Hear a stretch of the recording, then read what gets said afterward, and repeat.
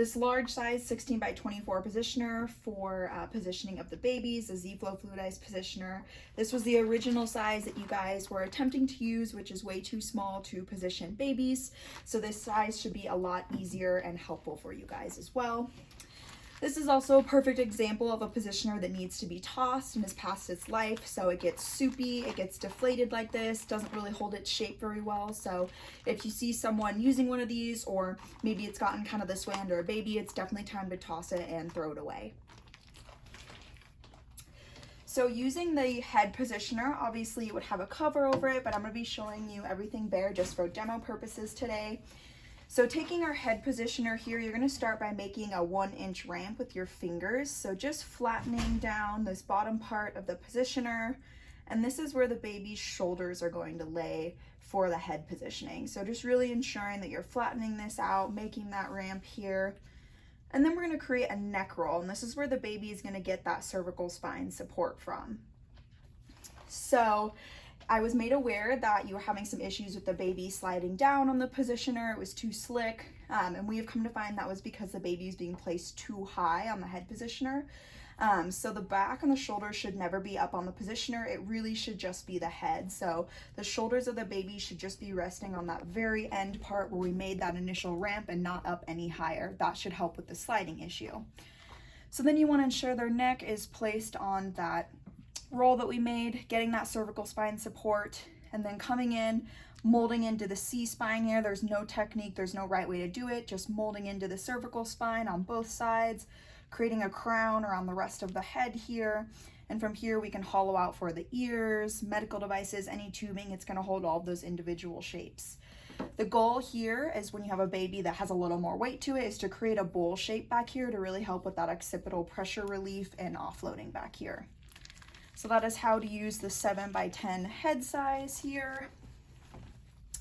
And now going on to supine. So you want to start about 2 to 3 inches down from the top of the positioner and start by creating a little bowl divot for the back of the baby's head. You don't want to bottom out the positioner, but you definitely want to create a little space for the head to lie. Then you're going to place your baby in the ideal position, getting that flexion at the hips. And starting from the side furthest from you, you're going to create your first initial boundary. Again, there's no technique, just really molding this positioner inwards towards the baby. Same thing on this other side. So now we've got our boundaries molded here. The baby's safely inside.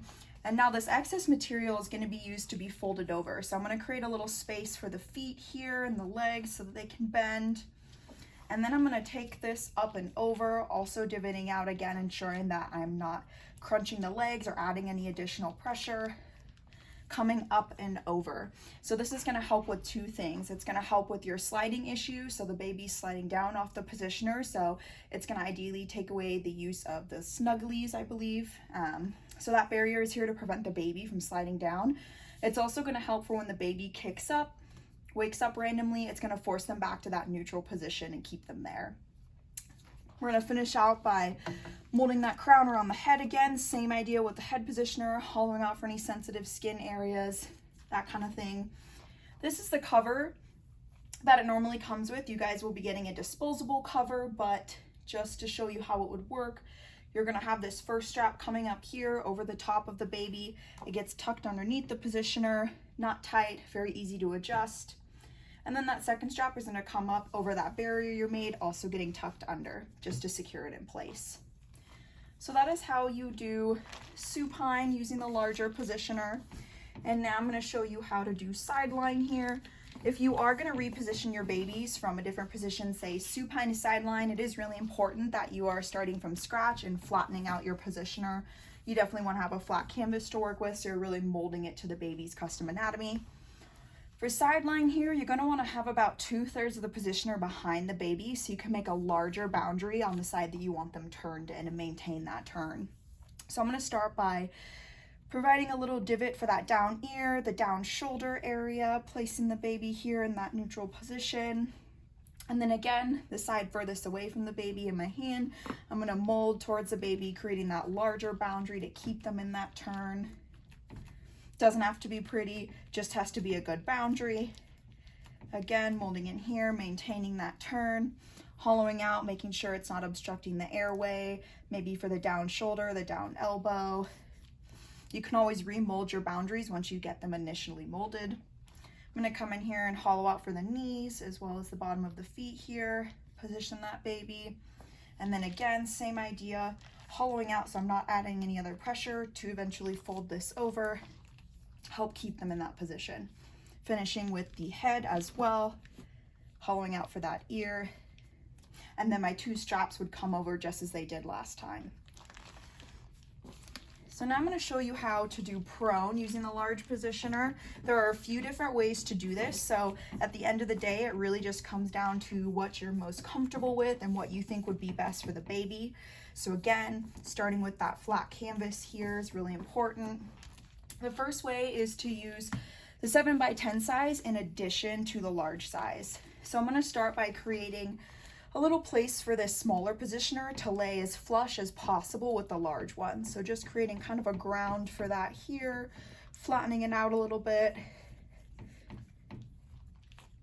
Then I'm going to place that positioner in here and create that prone roll for the baby's chest cavity. So coming in here, creating that prone roll. I'm going to lightly set the baby on that prone roll again, hollowing out for that down ear, any bony prominences, anything like that. I can come in here, hollow out for the knees so they can have that flexion at the hips. And then again, coming in, molding up that boundary here. This one as well.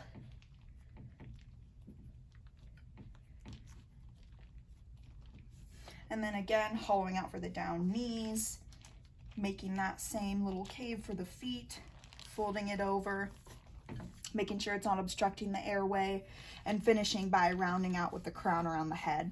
The only thing to note with this method is that if you are going to use a second positioner, it is going to position the baby a little bit higher because there's another layer. So just really ensuring that if you are going to use this method that you're really forming those tall boundaries to keep the baby secure. So that's the first method, using an additional head positioner. If you don't want to worry about another piece, or you'd rather just work with 1 positioner instead of 2, that's kind of sometimes how I prefer to do it.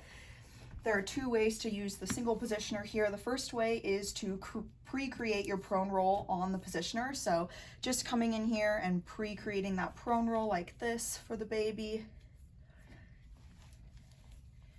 Coming in here, same idea, hollowing out for the knees, keeping them in that neutral position. Molding my barriers and my boundaries in here, following by folding over and finishing with the head again. The steps after you position your baby, whether it be supine, sideline, or prone, are all going to be the same, following your boundaries as well as folding this up and then finishing with the head. And the last way to accomplish prone on here is to customize the prone roll to the baby's chest cavity once they are already placed. So if you feel like this might be better for the baby, you can go ahead and place them on the flat positioner, being very gentle, and then coming in and molding that prone roll to the chest cavity as you feel necessary, really getting a customized fit here. And then following with those same procedures, hollowing out for the down ear, the down knees, creating those large boundaries, folding this over, and finishing with the head again.